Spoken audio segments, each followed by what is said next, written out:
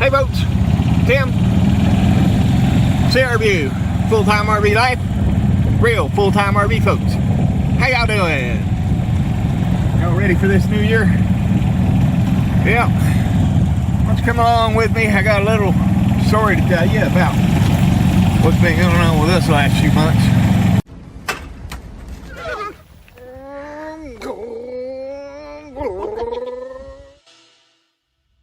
Full-time RV life with real full-time RV folks. We are spending our winter at a little RV park in Sholo, Arizona, named after the card game. Sholo.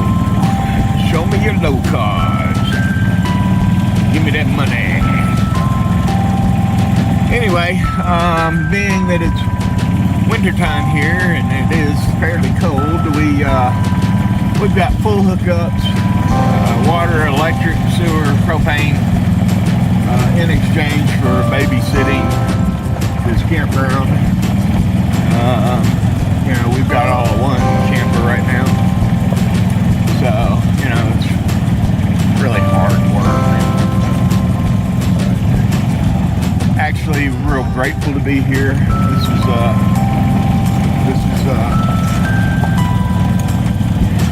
you know, it's a godsend actually.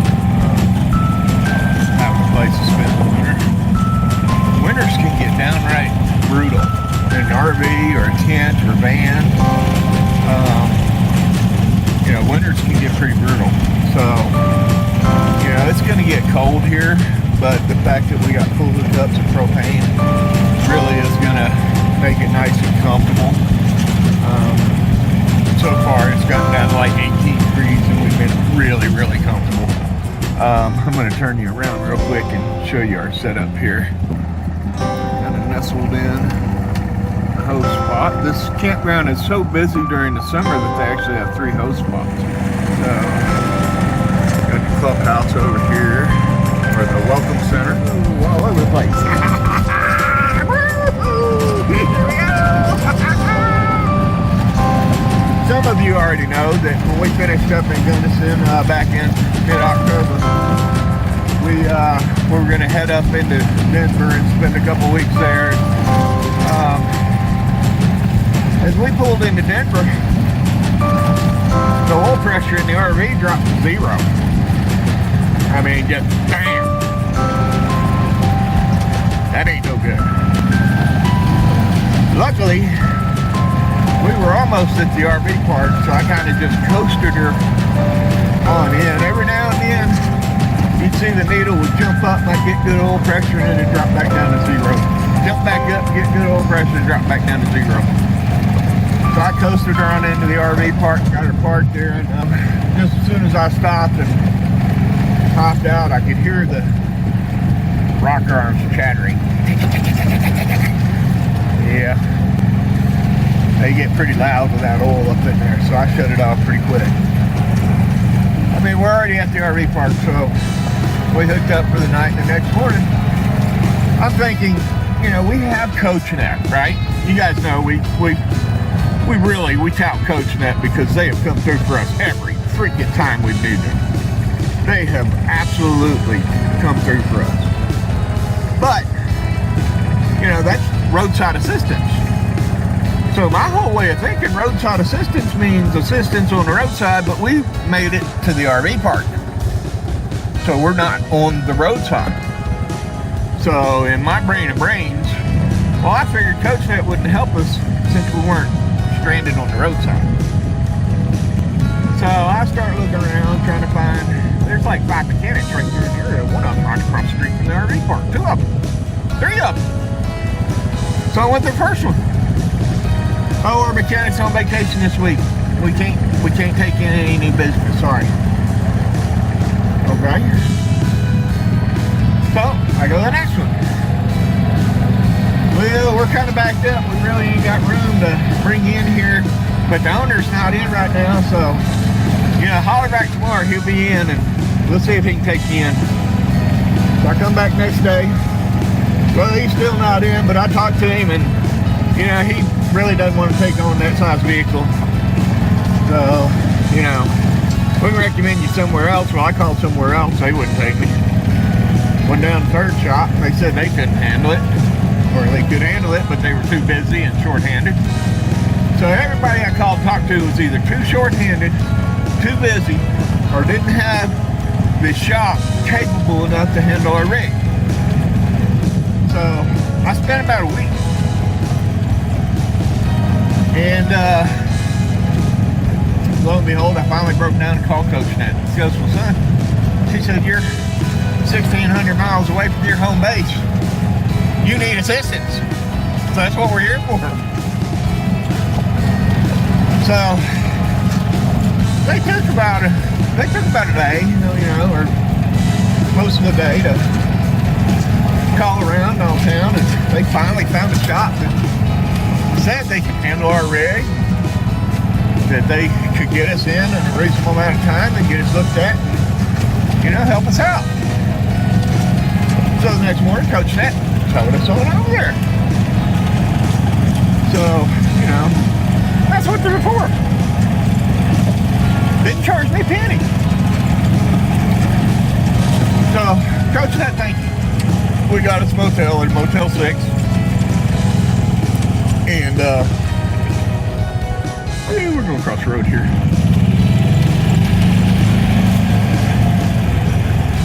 So, I gave the mechanic a couple days and then called them up and they said, oh, we got 2 mechanics out sick, 1 on vacation, we can't get to it yet. It'll be a few days, but we're trying. Bear with us. About a week later or another few days later, I talked to them again. They said, well, one of the mechanics that was out sick really wasn't sick. He was out looking for a new job and he left. So we're mechanic down. The other one's back. And the other one's back. So we're getting on it. We verified it's the oil pump. The oil pump's bad. With that rig, it's going to take quite a bit because we got to pull the motor mounts, jack that motor up, be able to drop that pan and get that oil pump out of there. So I said, yeah, I figured it would, but do what you got to do. You know, I've been going up there almost every day, every other day anyway. And asked them how they were doing with it. And they said, well, not good. He said, we disconnect the engine, disconnect the motor mounts, jack that motor up as far as we get it to where it's bottoming out against the frame, and we still can't get that pan out of there. I said, well, I could have told you that. I done did the research.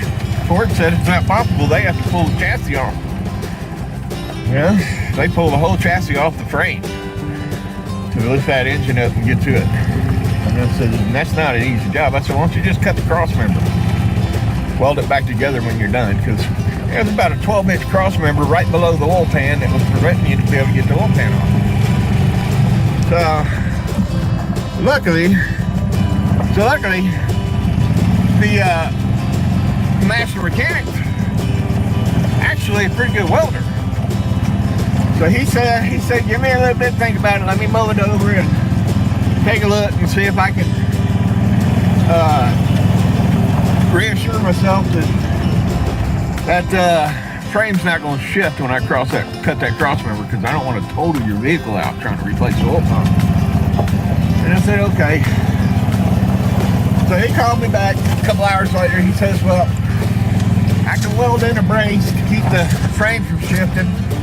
So we're going to go ahead and do it your way. We're going to cut the cross member and pull that pan and get you back on the road. So it took another week or so to do that. All in all, we were in there, put it this way, Motel-6, very, very, very disappointing. 28 days they kicked us out. Too many homeless people, they said. Take advantage of it. If they let us stay over 28 days, then legally we're a resident and they can't get us to move. So they kicked us out at 28 days. We had to go a few miles down the street get in another Motel-6 that was happy to take us in for a couple days. So all in all, we spent 30 nights in motel, and they got the RV fixed and back on the road. Cut the cross member, re-welded it. Said you were ready to go. We went and picked up the RV, brought it back, loaded everything up, hit the road. We drove most of the day and made it down into Albuquerque, New Mexico.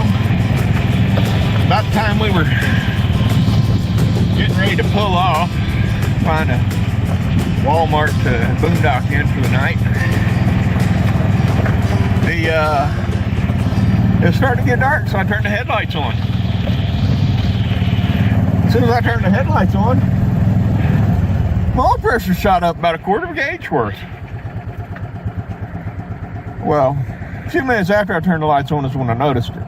Noticed the oil pressure was up, and I noticed the temperature gauge was up. Temperature was up about a quarter gauge higher than normal. So, I mean, I was like, well, we've been running it pretty hard all day. We pulled in and stayed in Albuquerque, spent the night. Next morning, I cranked her up. Gauges come up just where they should be. Let her warm up. The temperature gauge come up right where it should be. Oil pressure gauge right where it should be. Everything just fine. So we got back on the road. And I don't know if you've ever seen road construction near Albuquerque, New Mexico, but it took us 2 hours to go 2 miles. It was bad. During this stop and go, whenever we come to a stop, temperature gauge will pop up about a quarter gauge higher, almost running on hot. Temperature gauge will pop up. Engine light started coming on. Every time we take off and move forward, get some momentum going, temperature gauge would come down, engine light would go back off. So I got to where every time we come to a complete stop in this traffic jam, I just put it neutral. Pull up, stop, put it neutral. Temperature gauge would stay down okay. Light wouldn't come on. So we finally made it through that, got back out, up to 65 again.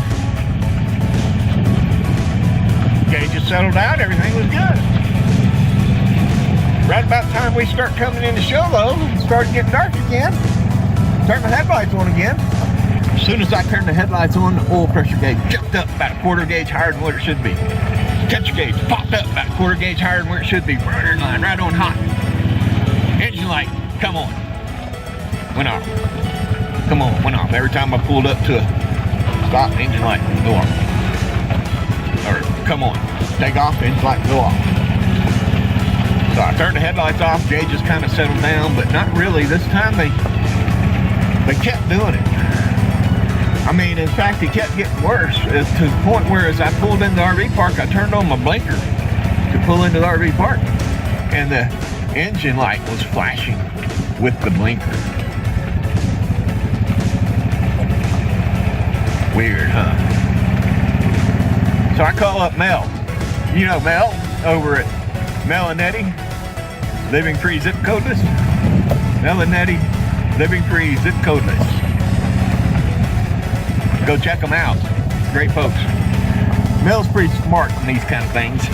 So I called up Mel, and the first thing he says sounds like a ground wire ain't getting disconnected. Probably from the engine to the frame, most likely. But he says that will do it. Probably just a ground wire. It's probably loose, and that's why when you was giving it gas and coming to a stop and it was moving a little bit with the momentum of the engine there, that you was getting good results at times and not so good at others. So,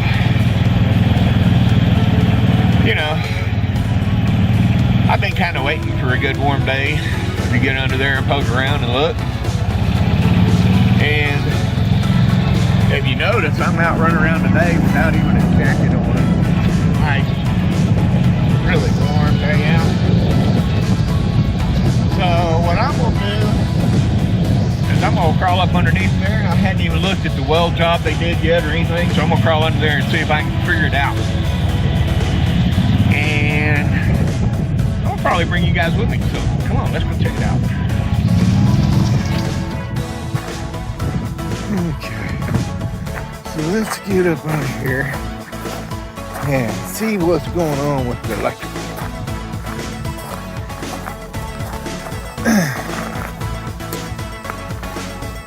Okay.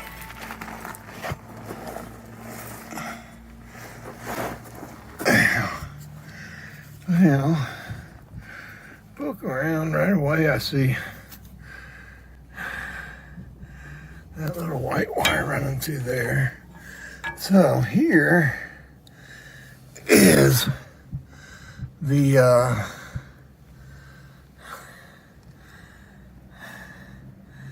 piece of tubing he welded in there for support, to support that frame while he cut this cross member. So if you come back here and look, I mean, the oil pump pan is there, and this piece of metal, that's the cross member, and you can see where they cut that cross member. There's pretty decent weld.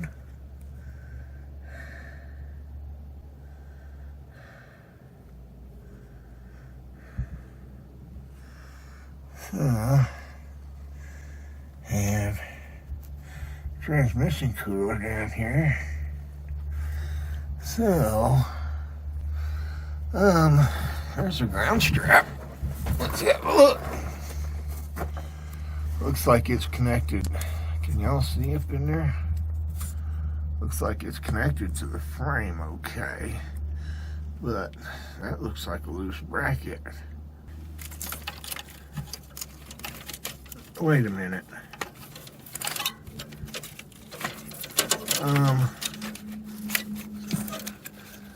Okay. The ground strap is not connected to the engine,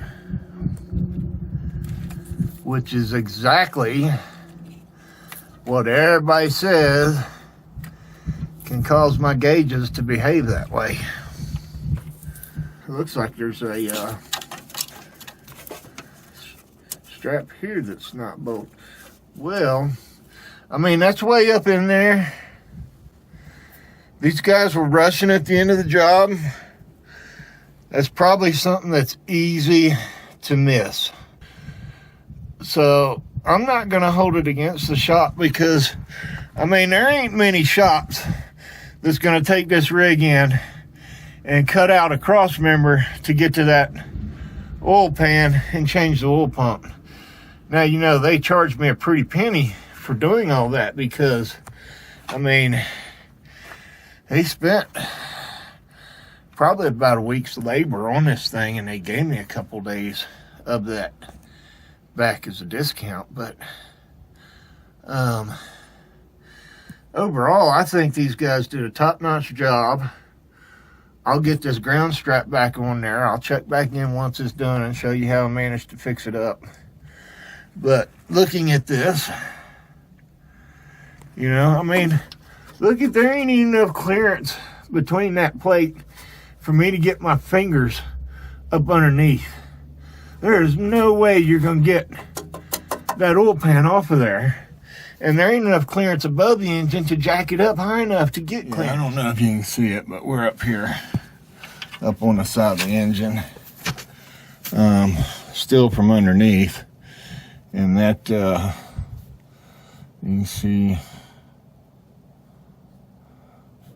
well, it's really hard to see, but that right there is the strap and the bolt, and right there is the bolt hole that strap bolts into. So let me go ahead and work it around it where I can get it back in there, and then I'll show you how it looks when we're done. Okay, so I went ahead and pulled that ground strap completely off of there.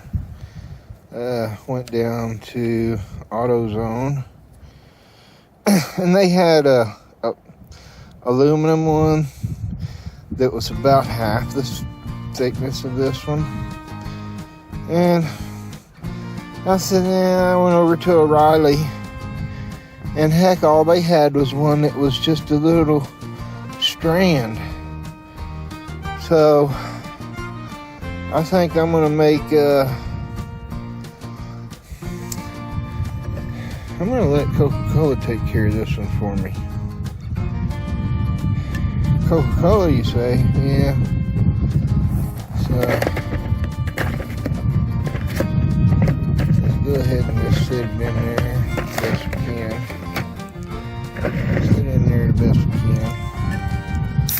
Open up this Coca-Cola.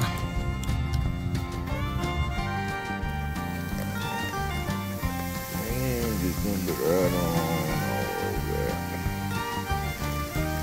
Get it soaked in there good.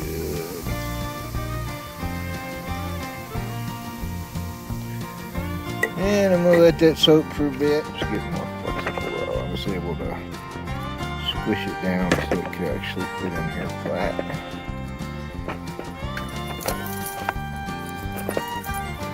So the Coca-Cola loosened it up. And then I hit it with a wire brush just to get on in there. But, yeah, big difference. We'll spray it down with some electronics parts cleaner to make sure to get all the gook out of the inside and between the threads and all that, and get the Coca-Cola out of it, and then that electronic parts cleaner will dry clean and it should be ready to put back on there. I don't know if you can see it there, but I've got the grounding strap back on there. Right there. So from the block to the frame, just like it ought to be. And I went ahead and pulled that bracket off of there and straightened it out and found out where the other side goes, and I'll go ahead and get it hooked up and I'll be right back. Let's see. Okay, so now I've got my bracket on there. It holds that gang wires. My other bracket that goes down underneath and holds a couple of tubes. I'll show you that from under the bottom. Alright. Okay, you see that? Right here. And there's the little bracket that bolted to the engine block. Let me get my flashlight and see if you can see it.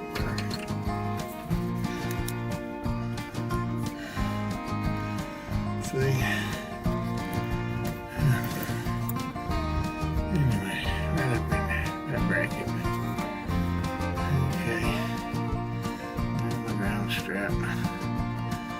So, I'm going to go ahead and bolt that back on there. Be right back. Okay. So there you have it. We got it all bolted up. Ground strap back on there. Time to start it up and turn the lights on and see if the problem is resolved. Still having a issue with it overheating. Getting hot, but the gauges seem to actually be accurate and accurately depict that. So I did go and check the radiator fluid level, and it was low. So it was 2 gallons low on coolant. So having resolved that issue, I've sat here running it for about 20 or 30 minutes now, and the temperature gauge has not come up above where it normally rides when we're on trips and stuff. So I'm going to go ahead and do the ultimate test now and turn the headlights on and make sure the gauges do not do anything weird when we do that. So here we go. Well, what do you know? Looks like we're fixed. Yeah, buddy. Bye, folks. I guess. Thank you, guys. Bye. Bye. Bye.